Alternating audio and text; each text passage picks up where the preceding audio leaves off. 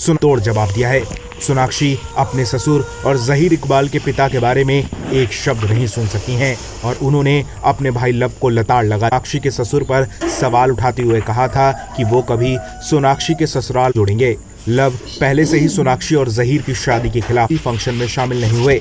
सोनाक्षी की शादी के बाद से लव लगातार जहीर पर निशाना साध रहे थे, लेकिन अब ये पानी सोनाक्षी की हद से गुजर गया। पोस्ट के जरिए लव को मुंहतोड़ जवाब दिया है।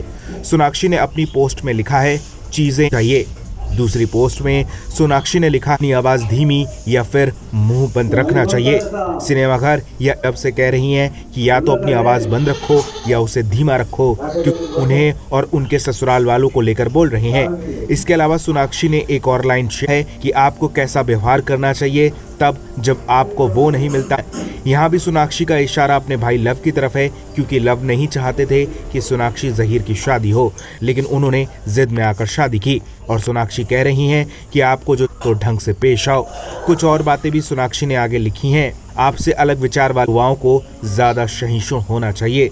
सोनाक्षी अपने भाई को टारगेट करते हुए कहे, चार अलग हैं लेकिन तुम यंग हो तो तुम्हें सहना आना चाहिए।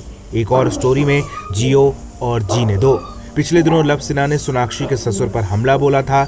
लव सिन्हा ने एक ट्वीट में लिखा था कि पीआर के जरिए सोनाक्षी के ससुराल वाले तैयार कराई गई हैं, लेकिन किसी ने ये नहीं बताया कि दूल्हे के पिता के एक नेता ईडी की रडार पर है, लेकिन हाल ही में इस नेता की करतूतों को वॉशिंग मशीन में धोया गया।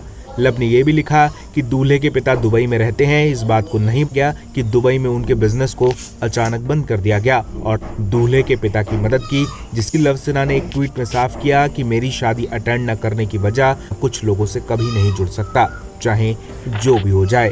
फिलहाल अब सुना ब्यूरो रिपोर्ट।